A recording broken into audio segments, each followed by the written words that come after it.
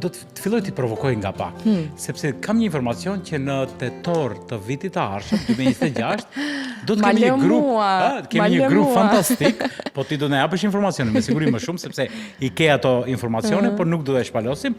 Do të kemi mundësinë për herë të fundit, uroj që të kemi jetë gjatë që të shijojmë, grupin e famshëm Deep Purple, të cilët do të vinë në 2026-ën në Shkup. Kjo është koncerti. Jo, nuk do japim informacion që do të ndahet sepse biletat do dalin në shitje që nga e nesërmja. Ashtu, do të thënë një vit përpara. Normalisht që po.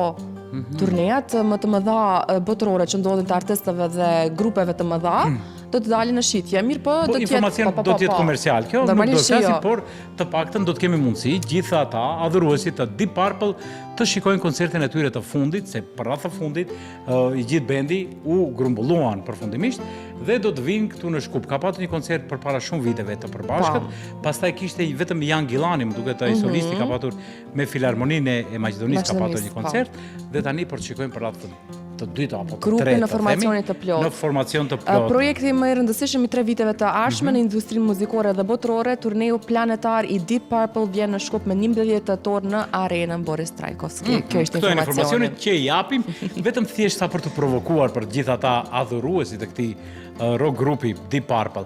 Dhe tani miq dashur, është koha për ta prezantuar edhe të ftuarin tonë. Është një ndër koreografët më të përkushtuar të brezit të ri.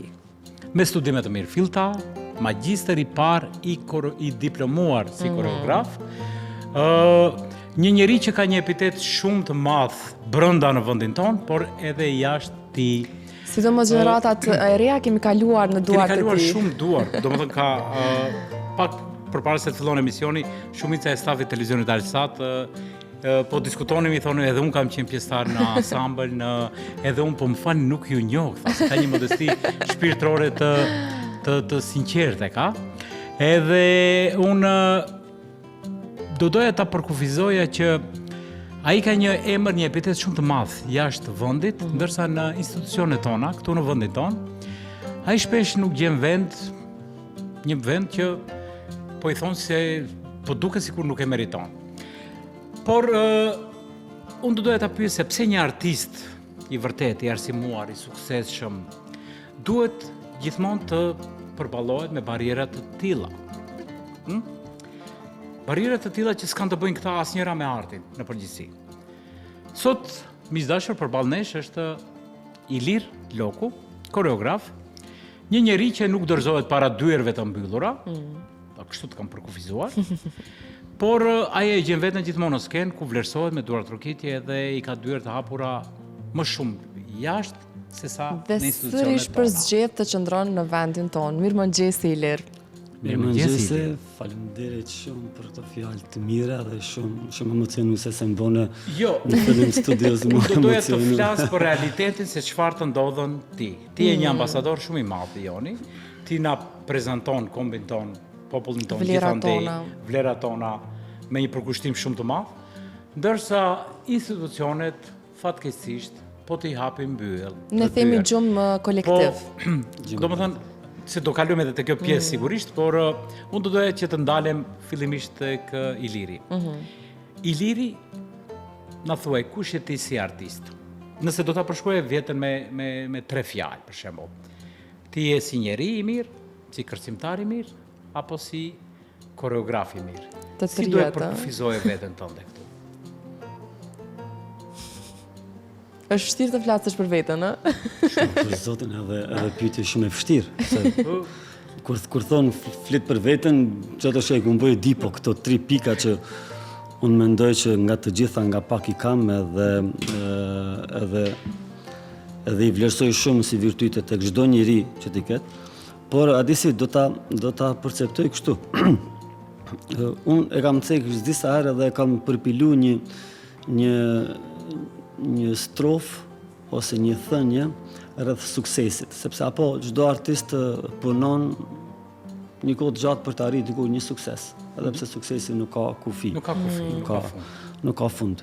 Dhe unë e kam përkufizuar kështu dhe i them të gjithë studentëve andaj ku shkoj edhe të gjithë miqve e shokëve, pavarësisht profesionit që bëni, janë 3 shtylla kryesore për të arritur sukses një person. qoftë në sport, qoftë në politikë, qoftë në arsim, qoftë në kulturë, çfarë do qoftë. E para është puna. Puna, çka do të thotë puna? Nëse orari i punës është 4 orë, ti do të punosh 6. Disiplina. Punon më tepër se sa ajo. Disiplinë. Pastaj e dyta, dashuria për punën, për profesionin që e bën. Ka shumë njerëz që e bëjnë profesionin, po vetëm për rrogë, se s'kan tjetër çfarë të bëjnë, kanë zënë një vend pune, e ka thirr partia e ja futu. Domethënë profesioni po nuk e bëre me përkushtim, me dashuri, ta ndjesh atë, po. Është e kot dhe e treta, dhe jo më pak ndoshta e rëndësishme, është disiplina. Po nuk patë disiplinë në punë, ke dështu. Domethënë kur është disiplina fillon edhe krijimtaria. Të gjitha këto 3 veçori njerëzore ose artistike, fenomene se më thonë, po nuk i pat një person ka dështuar, nuk arrin dot. I patë këto dyjat nuk e ke të parën, nuk e. Ka të e don profesionin shumë, ke talent, punon 10 orë, e shijon e ndjen, por nuk je disiplinuar në punë, ke dështu. Pa edhe ana sjelltas. Ti e don profesionin punë, je shumë i disiplinuar, po shkon vetëm 4 orë, 2 orë. Domethënë je i kufizuar. Por me kalimin e kohës sot, kam kuptuar diçka. Me punën time në Gjenev, kam bërë një projekt kohës fundit tash në Gjenev. Do flasim. Kam kuptuar një gjë, më fal, drejtoro.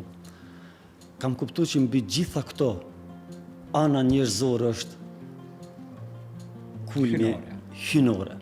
Domethënë po je artist, po nuk je prind, je i pavarur, një person çfarë do qoftë, po nuk je njeri. Ana njerëzore nuk e ke. Mendoj që të gjitha këto 3 edhe po të kesh bërë poshtë.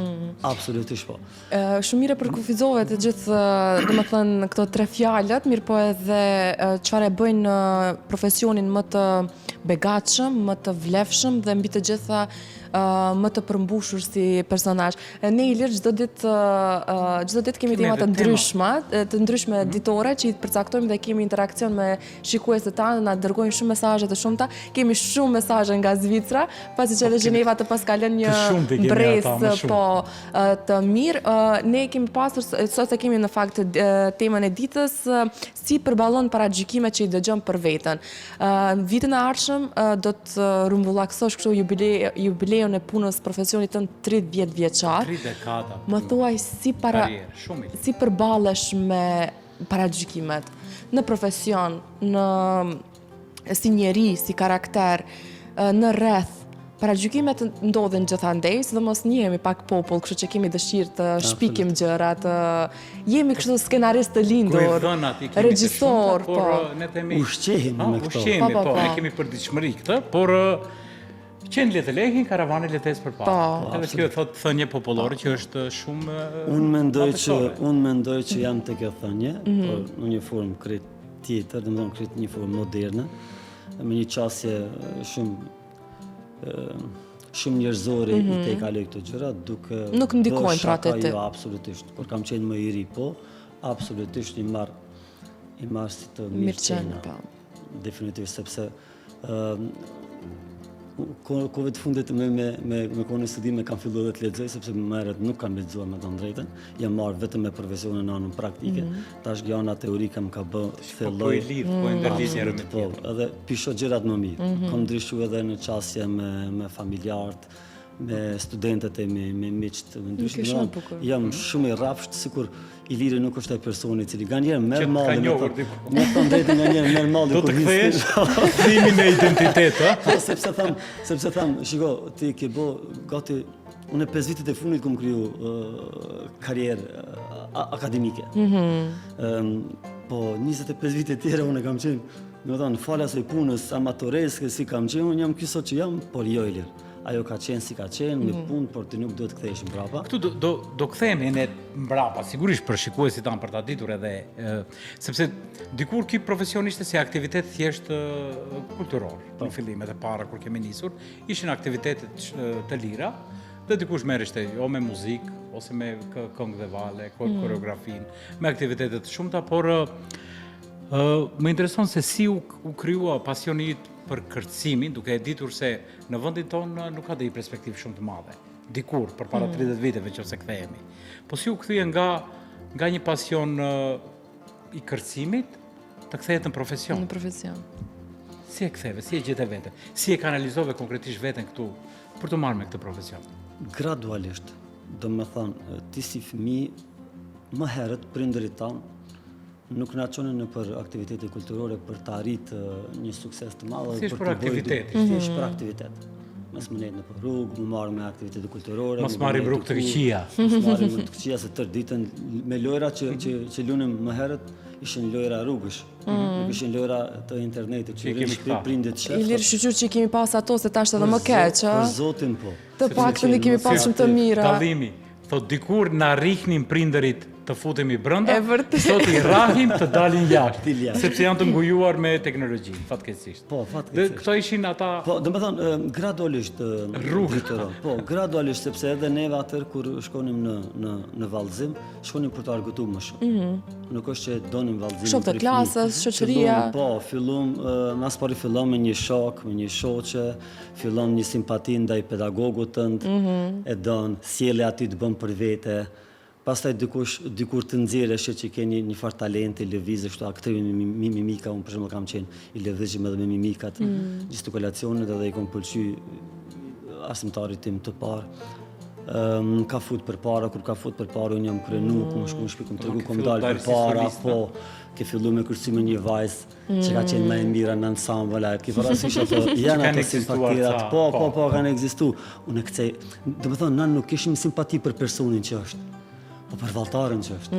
Unë e përksej me atë vajzën që kërcen për para, unë përksej me atë djalin që përksen po për para, kjo bo solist, kjo disa mirë kërcen, do të thonë, fillum komuniteti Dhe kështu filloi zëri i mbrendshëm që të kthehet të ndërgjigj, të kthehet në profesion. Të paktën të unë, pastaj fillova me marrë përgjësim, më dhanë përgjësim me ushtru fëmijët, grupet fëmijëve kur e bëra një mosh, fillon më dhanë edhe grupet fëmijëve me ushtru, sepse ishe i përkushtuar në këtë drejtim. Pastaj më nxorën grupin e parë, një shkallë më lartë, pak më herë se sa nështë duheshte, kur aty ju deshke një valltar mbërni mu nga grupi i vogël. Kështu filloi ajo karriera, por definitive ajo për me kuptu rëndësinë e të qenurit valltar ose të marrësh përgjegjësi është momenti kur unë u shkëputa nga ansambli ku fillova rënjet e mia, dhe fillova të ndërtoj një shtëpi të re, kulturore. Themelet e shtëpisë tënde. Po, themelet e shtëpisë tënde, nëse më me thonë, po. Ansamblin Lirida, aty pash peshën dhe rëndësinë. Edhe këtu fillova me mendu ndryshe, sepse ishte bara e ime edhe si udhëheqësi të gjithë ansamblit, fillova të bëj një kryesi, sepse antarët e kryesisë që ishin të asaj kohë, unë e themelova ansamblin me disa studentët me.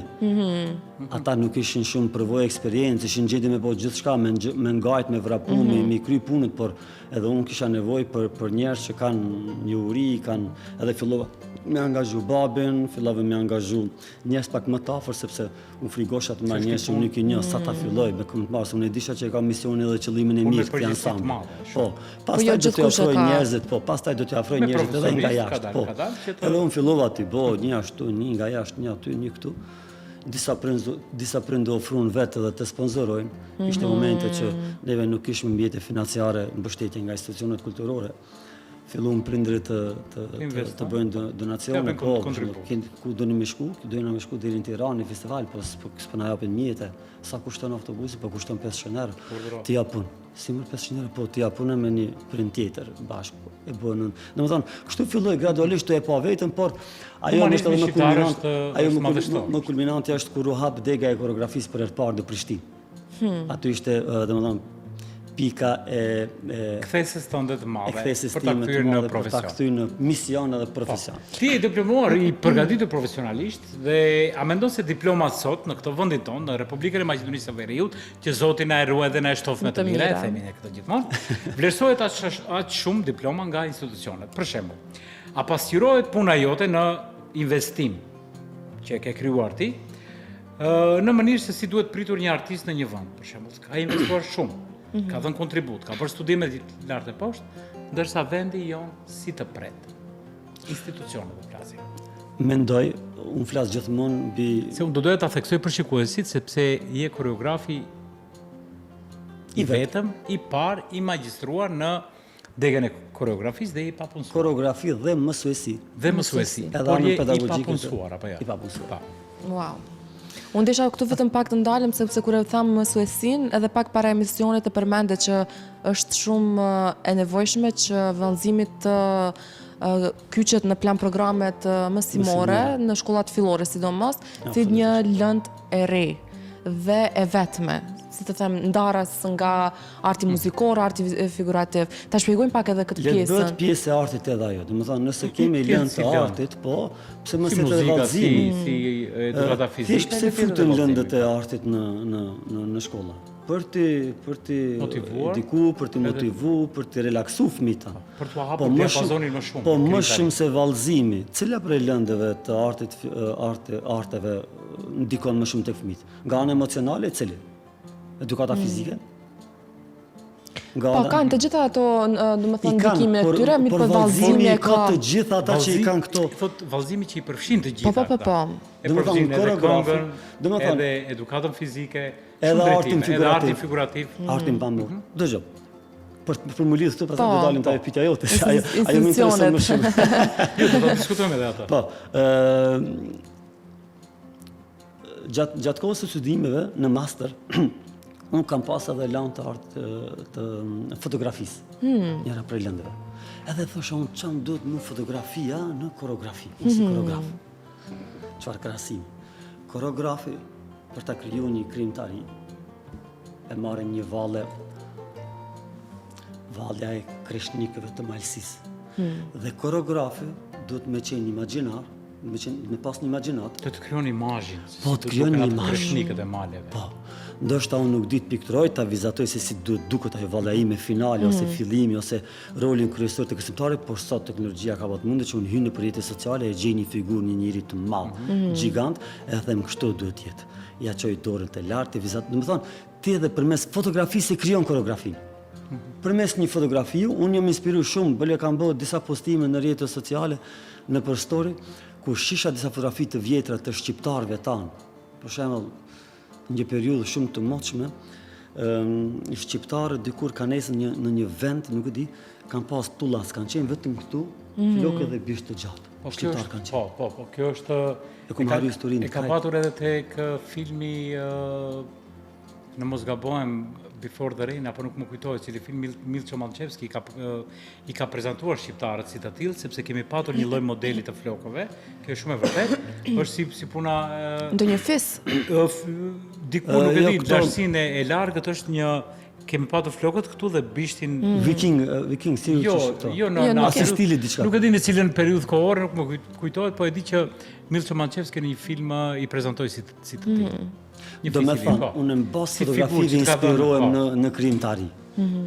Kam pas shumë figura ndryshme, shallët si i kanë lidhë, me cigare, në steqet vujtë, nëse ke inspirim me nëse ke inspirim, nëse ke kërkes me bën një vallë me vujtje në shqiptare, ti futesh vetëm përmes fotografive. Pastaj plus lexon, plus dëgjon muzika, këto ta bëjnë ty të gjitha po. Do me thënë, vallëzimi e pas ka muzikën, e pas ka figurën, e pas ka artin, fiskulturën, edukatën fizike, të gjitha. Pse mos tjetë vallëzimi në lëndët tona? Fatkesisht kemi koreograf, kemi kuadrë, se një ilës mund t'i manë të gjitha shkollat, pastaj me...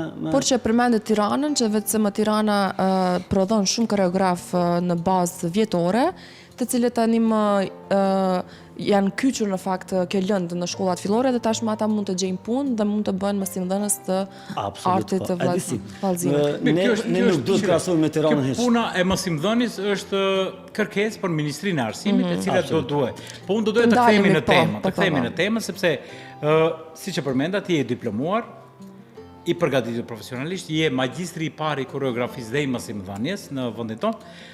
A mendon që diploma vlerësohet në institucionet tona apo jo? Si mendon ti?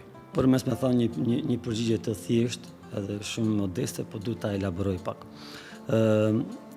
Mendoj që çdo student, çdo artist, çdo profesionist i fushë caktuar, nëse arrin deri në gradën e fundit në doktoratur, duhet ta ketë edhe një fakultet tjetër të vendlindjes. Pavarësisht që unë në fakultetin bachelorin e kam bërë në Prishtinë dhe masterin në Tiranë, unë duhet ta kem edhe një fakultet këtu. Një diplomë të vogël, kaq. Që quhet libreza partijake. Vetëm atëherë ti mund të jesh i vlerësuar. Ma more edhe pyetjen e radhës. Mendoj që me kaq sepse do emocionohen, pastaj do. Është puna sepse ndonjëherë artistët në përgjithësi etiketohen i këtyre, i atyre. Atë ka ndodhur personalisht ti që ti shohësh artistët si artistë të një lloj kampi. Po, absolutisht. Edhe pse dihet që për artistin ai mund të ketë ndjenjë, mund të ketë simpati ndaj një ose mund të përkrahë ndaj një ideologji politike. Po pse duhet të kthehet politika hakmarrëse për një artist i cili vendin e ka? Nuk e ka në politikë, po e ka në skenë. Drejtoro, Dhe skena është ajo që i thot nuk jam as për ty, por jam për të gjithë. Po. Dhe këtë njëherë për gjithmonë duhet politikanët tanë ta kuptojnë. Unë mendoj që artistët duhet të merren me politikë. Duhet. Sepse politika ka nevojë për artist. Po jo politika të jetë hakmarrëse ndaj artistëve. Hakmarrëse pastaj. Këtu deshta dal. Domethënë, ti vetëm unë kam mësuar shumë për artistët që merren me politikë, vetëm përmes emisioneve të Blendi Fevziut, i cili ka ftuar artistë dhe ka bërë tematika, tema të ndryshme lidhje mbi politikën me artistët ose artistët në politikë. Kam mësuar shumë, jashtëzakonisht. Unë mendoj që duhet artistët merren me politikë, sepse klasa politike ka nevojë për njerëz, artista kreativ. Ti i shef deputetet e qeverisë tonë, janë mbi moshën 30-40 vjeçare. Nuk kanë kreativitet. Ata të gjithë duhet të kenë nga 1 ose 2 ose 3 këshilltar. Njëri të jetë artist, njëri të jetë ekonomist, njëri të jetë fashion artist, ku i di unë ta edukoj dhe se si duhet vishet sot. Ata vinë ende me kostumin e para 50 vite me ata pantullet e xhana, setra, kjo sako i bi këtu. Dhe munon të japon disa herë këtu. Ajo ta vret synin për gjëratat e reja, për botën moderne që ato sot. Edhe estetikisht nuk duket mirë. Nuk kanë as kreativitet, as hartën e të folit nuk e kanë të përvetësuar. Kjo më ka bëm reflektuar dhe me mendu kështu negativisht për njerëzit tanë. Fal kohës time 2 vjeçare që kam lejtë në Tiranë. Unë kom jetu në Tiranë, unë nuk kom studiu. Të hapur disa pore interesante që për të perceptuar gjëra. Domethënë, mu më merr mallë me shku në Tiranë, sikur të kisha mundësi financiare një herë në muaj, të shkoj te universiteti, të ulem me kolegë, me shoqëni, me profesor, të pi një kafe e ndje veten shumë akademik. Për zotin. I vlerësuar, në një rreth i vlerësuar. Fryma është e tillë aty brenda. Ka edhe atje ato ngricat e veta të njerëzve, por është për shkak konkurrencës. Ku ka konkurrencë, konkurrencë e shëndetshme, edhe e shëndetshme. E shëndetshme. Këtu nuk kemi konkurrencë, grindemi më shumë se atje. Domethënë, unë mendoj që politikanët duhet merren me politikë, sidomos politikanët që kanë bërë karrierë. Për mos mi përmendun disa emra, për mos ju mbet hatër njerëzve, kemi ne shumë artistë që kanë bërë shumë karrierë dhe janë shumë të vetëdijshëm dhe dinë të japin 2-3 fjalë. Para mendo, në parlament ngritet një temë për themelimin e ansamblit shtetit. Asnjë deputet s'ka lidhje me art. Vetëm e çojnë dorën, ka thonë partia, bëjeni se kena interes, ata e çojnë dorën, s'dinë çfarë votojnë. Nuk dinë që është ansambli. Domethënë kemi nevojë neve për njerëz të por njeriu i artit pastaj të jetë atëherë apolitik. Do të mendon për artistët e mirëfillt, qofti kampit, djathtë qofti kampit të Për këtë kemi nevojë neve, sepse po ngecim neve, po dëmtohemi ne. Sepse nuk kemi zërin ton që na përfason atje, nuk kemi kush i rreth tavolinës për artin. Unë do të me që jemi këtu në këtë temë dhe po diskutojmë që ti je i papunësuar, sigurisht që njeriu i lindin lloj-lloj ide për të gjetur zgjidhje më të mirë. Atë ka shkuar ndërmend ndonjëherë i lirë që ti mbledhësh oferët, ke oferta gjithandej, unë e di. Ke oferta gjithandej për të filluar qoftë në Mërgim, qoftë në Kosovë, qoftë në Shqipëri, qoftë në ansamblin në Tiranë, se ke pasur oferta.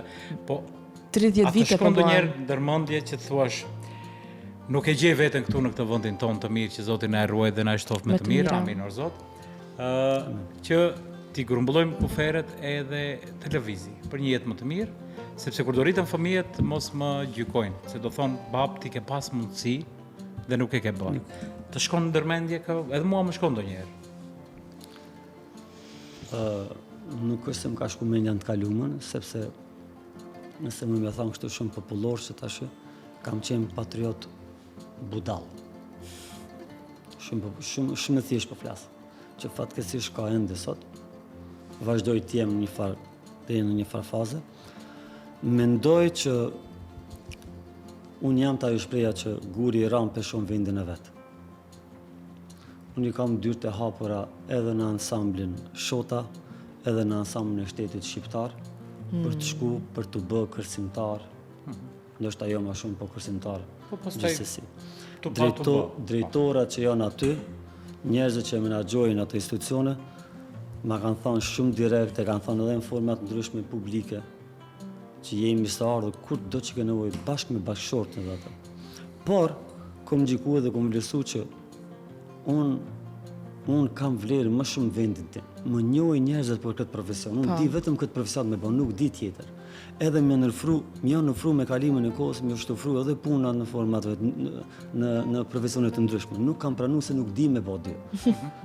Për këtë je i lindur dhe ke gjetë unë du ta bëj punën që e di edhe nesër mos të paragjikon kurkush. Po jo, thjesht unë e kënaqem, ushqej me ato kur njerëzit më thonë bravo Ilir, sa mirë po bën këtë punë. E unë nuk di punë tjera të bëj. Ilir, jemi në 4 minutat e fundit, vetëm nuk Por këtë që po e thot Iliri ndonjëherë është egoizëm. Po. Egoizëm sepse po flyejmë Absolut.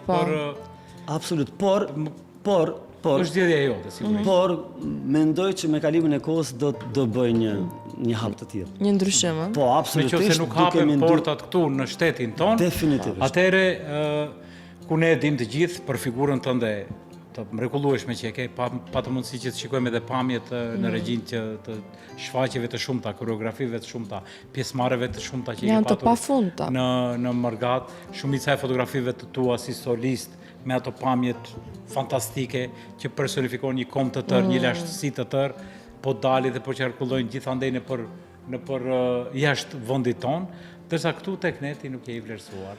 Drejtoj, unë do doja që karrierën time, edhe ajo që më kam betë, ta ndërtoja në vendlindje, sepse këtu jam rrit dhe këtu kam frimu Shqip duke kërcy, por a mundson, a krijon hapësira që një artist fluturoj me ato ide dhe kreativitetin e tyre, kjo mbetet për të pa, nuk është në dorën time. Dhe unë thash kam filluar në një projekt në Gjenev, tek shqiptarët në Zvicër, po, tek ansambli Gëzuar, shfrytëzoj rastin t'i përshëndes.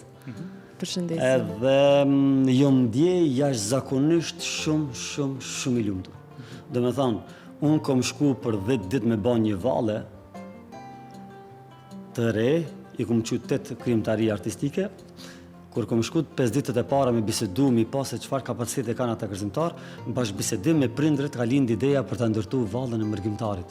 Vujtë, sakrifica që i kanë bërë ata prindër për sot të jenë fëmijët e tyre këtu, kjo më ka bën me kriju një krijimtari dhe fillova ndrova mendjen, bashkërisht me ata morëm ndërtojmë vallën e mërgjimtarit. Ku i kam fut prindërit, 3 gjenerata, prindërit, fëmijët dhe nipat.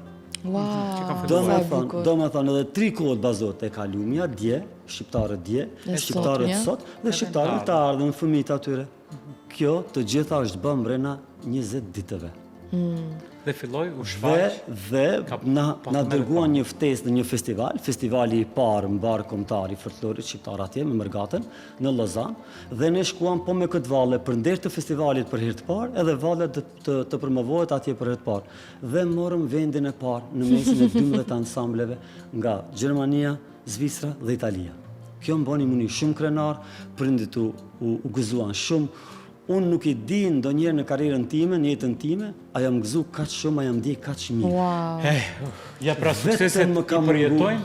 Vetëm më ka mungu familja, djali dhe gruaja, normal edhe prindrit, për ndryshe ata janë të mendimit që unë në tarmën duhet të jem aty për shkak fëmijëve të tyre. Unë uroj dhe shpresoj që të mos ndodhen kjo, shpresoj që të gjesh miqdashur Ilir Loku, koreografi nga Maqedonia, një artist që nuk rri në rjesht në radh të partive, por rri në rresht në skenë.